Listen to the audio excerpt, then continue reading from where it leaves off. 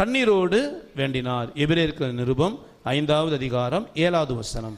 அவர் மாம்சத்தில் இருந்த நாட்களில் தம்மை மரணத்தினின்று ரட்சிக்க வல்லமையுள்ளவரை நோக்கி, அவர் மாம்சத்தில் இருந்த நாட்களில் தம்மை மரணத்திலிருந்து ரட்சிக்க வல்லவரை நோக்கி பலத்த சத்தத்தோடும் கண்ணீரோடும் விண்ணப்பம் பண்ணி வேண்டுதல் செய்து தமக்கு உண்டான பயபக்தியின் நிமித்தம் கேட்கப்பட்டு போதும். அதுக்கப்புறம் தொடர்ந்து வசனம் தொடர்ச்சியாக வரும். ஆனால் அந்த 7ஆம் வசனத்தை தான் இன்னைக்கு நம்ம தியானிக்க போகிறோம். அவர் மாம்சத்தில் இருந்த நாட்களில் மரணத்திலிருந்து தம்மை ரட்சிக்க வல்லவரை நோக்கி பலத்த சத்தத்தோடு கண்ணீரோடு என்ன செய்தாராம்? வேண்டுதல் பண்ணினார். இயேசு கிறிஸ்து இந்த பூமியிலே மனுஷனாய் மாம்சத்தில் வாழ்ந்த நாட்களில் அவர் வாழ்ந்த அந்த வாழ்க்கையில் அவருடைய ஜெப வாழ்க்கை என்பது ரொம்பவும் அற்புதமானது. அல்லேலூயா, அல்லேலூயா. நாம் எப்படி ஜெபிக்க வேண்டும், நம்ம ஜெப வாழ்க்கை எப்படி இருக்கணும், ஜெபத்தின் மேன்மை என்ன, இதெல்லாம் கற்றுக் கொடுத்த ஒரு வாழ்க்கை தான் இயேசுனுடைய ஜெப வாழ்க்கை. ஆக நீங்கள் நான் இயேசுவை போல ஜெபிக்கிறவர்களாய் மாறணும். ஜெபங்கிறது ஒரு கிறிஸ்தவ வாழ்க்கையினுடைய அஸ்திபாரம். அஸ்திபாரம் இல்லாமல் பில்டிங்கை கட்டி எழுப்ப முடியாது. அப்படி கட்டினா அது பிள்ளைங்க மணலில் கட்டுற வீடு, அதுக்கு அஸ்திபாரம் இருக்கா? பீச் ஓரத்தில் பிள்ளைங்க விளையாடும் போது என்ன செய்யும்? வீடு கட்டும், அழகாக வாசல்லாம் போடும், அழகாக கதவுலாம் வைக்கும். ஆனால் அந்த வீட்டுக்கு என்ன இல்லை? அஸ்திபாரம் இல்லை, அந்த வீடு நிற்காது. அதுபோல தான் கிறிஸ்தவ வாழ்க்கையில் ஜெபமே இல்லாத ஒரு கிறிஸ்தவன், ஜெபமே இல்லாத ஒரு ஊழியக்காரன், ஜெபமே இல்லாத ஒரு விசுவாசி ஒரு வாழ்க்கை வாழ்கிறார் என்றால் அது அஸ்திபாரம் இல்லாத மணல் வீடு. அந்த வீடு நிலைத்து நிற்காது. நம்ம வீடு, நம்ம வாழ்க்கை சரியா இருக்கணும், சரியான பாதையில் போகணும்னா மறைந்திருக்கிற அந்த அஸ்திபாரம் எப்பவுமே என்னதான் இப்படிதான் இருக்கும், மறைஞ்சிருக்கும். அது போல ஒரு மறைவான ஒரு ஜெப வாழ்க்கை நமக்கு ஆண்டுக்கு மாத்திரம் தெரிந்திருக்கிற அந்த ஒரு ஆழமான ஜெப வாழ்க்கை ரொம்ப அவசியம், ரொம்ப அவசியம். அந்த ஜெபம் சரியா இருந்துருச்சுன்னா உங்க வாழ்க்கை மகிமையா இருக்கும். அல்லேலூயா, அல்லேலூயா. அதுக்கு நல்ல உதாரணம் இயேசு. அவருடைய ஜெப வாழ்க்கை ரொம்ப மகிமையான ஒரு உதாரணம். இப்போ இந்த எபிரேயர் 5:7 வாசிக்கிறோம். இயேசு செய்த ஒரு அழகான ஜெபம். இந்த ஜெபம் எங்க செய்தார்னா கெத்செமனே தோட்டத்தில் இயேசு செய்த ஜெபத்தை தான் இங்கு எபிரேயர் நிருபத்தை எழுதின அந்த தேவ மனிதன் இங்கு குறிப்பிடுகிறார். கெத்செமனே ஜெபத்தை குறித்து மத்தேயு, மார்க்கு, லூக்கா, யோவான் 4 சுவிசேஷத்திலையும் கெத்செமனே தோட்டத்தில் இயேசு செய்த ஜெபம் எழுதப்பட்டிருக்கும். பிதாவே, அப்பா, இந்த பாத்திரம் நீங்க கூடுமானால் நீங்கும்படி செய்யும், ஆனாலும் என்னுடைய சித்தம் அல்ல உம்முடைய சித்தம். இப்படிதான் 4 சுவிசேஷம் சொல்லப்படும். ஆனால் எந்த சுவிசேஷத்திலையும் அவர் கண்ணீரோடு பலத்த சத்தத்தோடு வேண்டுதல் பண்ணினார் என்று என்ன செய்யப்படலை? சொல்லப்படவில்லை. 4 சுவிசேஷத்திலும் சொல்லப்படாத ஒரு வார்த்தையில் இயேசு உயிர்த்தெழுந்த பின்புதான் பவுல் ரட்சிக்கப்பட்டார். ஆக பவுல் இந்த வெளிப்பாடு பெற்றிருக்கிறார் என்றால் பரிசுத்த ஆவியான துணையோடு அந்த நாட்களில் இயேசுவோடு இந்த சீசல் மூலமாக கேள்விப்பட்டு என்ன செய்திருக்கலாம்? எழுதியிருக்கலாம். ஆக 4 சுவிசேஷம் சொல்லப்படாத ஒரு வார்த்தை அவர் கண்ணீரோடும் பலத்த சத்தத்தோடும் ஜெபித்தார். சரி, ஏன் இயேசு இங்கு கண்ணீரோடு ஜெபித்தார், பலத்த சத்தத்தோடு ஜெபித்தார்? இந்த வசனம் சொல்கிறது, இந்த எபிரேயர் 5:7 மாம்சத்தில் இருந்த நாட்களில் தம்மை மரணத்தினின்று ரட்சிக்க வல்லமையுள்ளவரை நோக்கி இயேசு ஜெபித்தாராம். யார்கிட்ட ஜெபித்தாராம்? தன்னை மரணத்தினின்று ரட்சிக்க. அப்போ இயேசு தன்னை மரணத்திலிருந்து தப்புவிக்கும்படி என்ன செய்கிறார்? ஜெபிக்கிறார். இயேசு பூமிக்கு வந்ததே எதுக்காக தான்? எதுக்காக தாங்க வந்தார்? எதுக்கு வந்தார்? சுமார் விசில் அடிச்சுட்டு போகலாம், மனுஷன் இப்படி தான் இருக்கிறான்னு ஒரு டைம் பாஸ்க்கு அப்படியே வந்தார்? இல்லை. அவர் வந்த நோக்கமே எதுக்காக தான்? மரிக்கத்தான் வந்தார், தன் ஜீவனை பலியாக கொடுக்க தான் வந்தார். நீங்க யோவான் ஸ்நானகன் இயேசுவை தூரத்தில் பார்க்குறான். அவரோடு கூட அந்திரேயா, யோவான் இவங்களாம் சீசர்லாம் இருக்கிறாங்க. அவர்களை பார்த்து யோவான் சொல்லுவான், யோவான் 1:29, இதோ உலகத்தின் பாவத்தை சுமந்து தீர்க்கிற தேவ ஆட்டுக்குட்டி. யோவான் 1:29 யோவான் ஸ்நானன் சொல்லுவார். இயேசு அடையாளம் காட்டும் பொழுதே என்னதான் அடையாளம் காட்டுறாரு?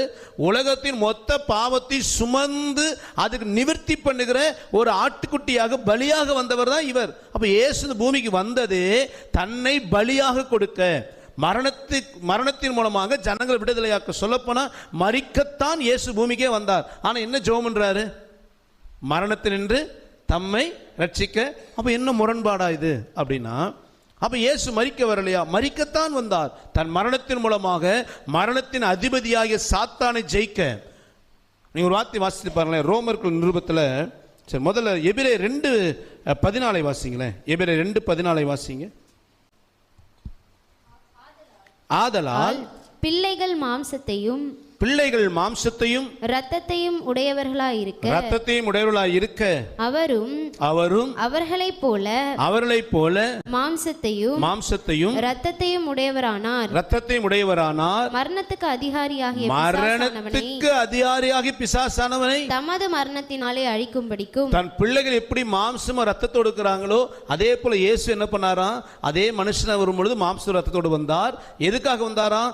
மரணத்துக்கு அதிகாரியாக இருக்க பிசாசானவனை தமது மரணத்தினால் அழிக்க. அப்ப இயேசு வந்ததே இதுக்குதான், மரித்து பிசாசு மரணத்தின் அதிபதியாகி சாத்தான ஜெய். அப்ப இருக்கும்போது ஏன் மரணத்திலிருந்து தம்மை விடுதலையாக்கணும் ஜெபம் பண்ணாரு?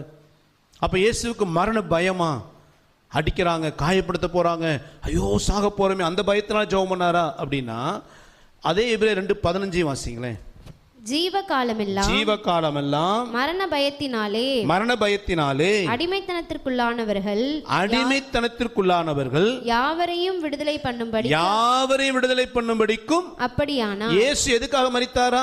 ஜீவகாலமெல்லாம் மரண பயத்தினாலே அடிமைத்தனத்துக்குள்ள உள்ளவர்களை விடுதலையாக்கதான். அப்போ இயேசு வந்தது மரணத்துக்கு அதிபதியாக பிசாசு ஜெயிக்க.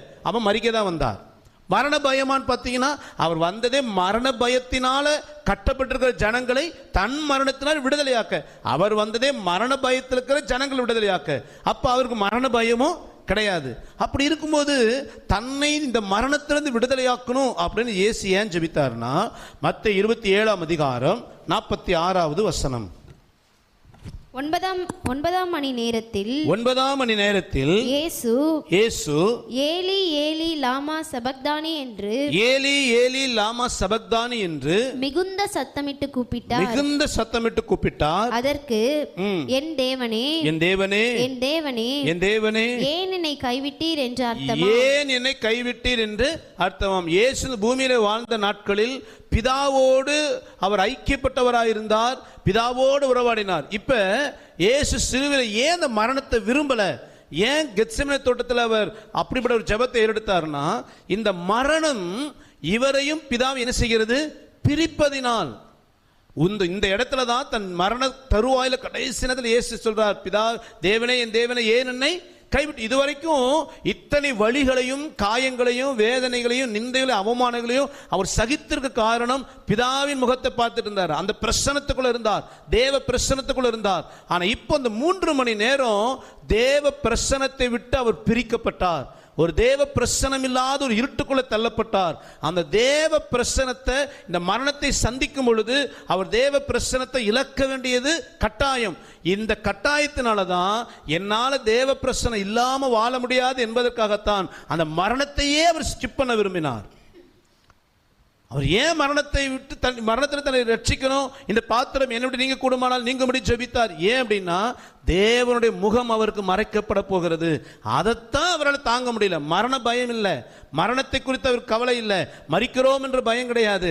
எல்லாத்தையும் ஏற்றுக்கொண்டவர் அந்த தேவ பிரசனத்தை இழந்து போகிற ஒரு நிமிடத்தை கூட என்ன செய்யல அவர் விரும்பவில்லை.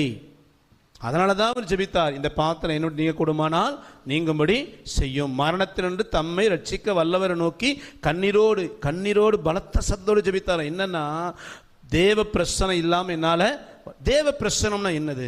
கர்த்தரோடு இருக்கிற ஐக்கியம், தேவனோடு இருக்கிற உறவு, தேவனோடு நாம பேசுறது, கர்த்தர் நம்மோடு பேசுகிறது, தேவன் நமக்கு ஆலோசனை கொடுத்து நடத்துவது, நம்ம கூட கர்த்தர் இருக்கிறார் என்பதை உணர்கிற ஒரு அனுபவம். அந்த அனுபவம் இல்லாமல் கிறிஸ்தவன் வாழ முடியுமா? வாழ்வார்கள். எப்போ ஒரு மனுஷன் தேவ பிரசனத்தை விட்டு விலகி இருக்கிறான் அப்படின்னா, ஒரு பக்கம் உலக ஜனங்களுக்கு கர்த்தரை குறித்து தெரியாது. ஆனா இன்னைக்கு அநேகர் இன்னைக்கு ரட்சிக்கப்பட்டு சபைக்குள் இருப்பார்கள். ஆனா கர்த்தருக்கு அவங்களுக்கு என்ன இருக்காது? சம்பந்தம் இருக்காது.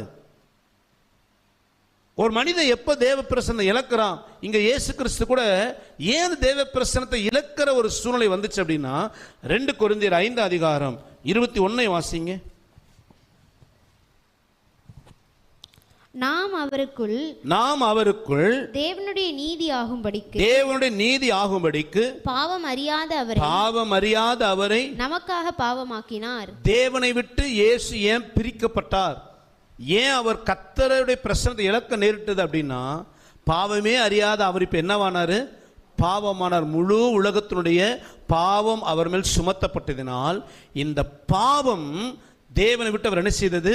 பிரித்தது. ஒரு மனிதனுடைய வாழ்க்கையில கர்த்தருக்கு பிரியமில்லாத பாவத்தின் கிரியைகள், அது சுவாபமாகவோ பாவ பழக்கமாகவோ அருவருப்பான இச்சைகளாகவோ அல்லது ஜெபம் இல்லாத ஒரு வாழ்க்கையாகவோ தேவ பயம் இல்லாத தேவனுக்கு பிரியமில்லாத காரியங்களை செய்கிற வாழ்க்கையா இருக்குமானால் அந்த மனிதன் ஒருவேளை சபைக்குள் இருந்தாலும், அந்த மனிதன் ஊழியம் செய்தாலும், அந்த மனிதன் அழகாய் ஜெபிக்கிறனை போல இருந்தாலும், அந்த மனுஷனுக்கு வேத அறிவு அதிகமாக இருந்தாலும் அந்த மனிதனுக்குள் தேவ பிரசன்னம் இருக்காது.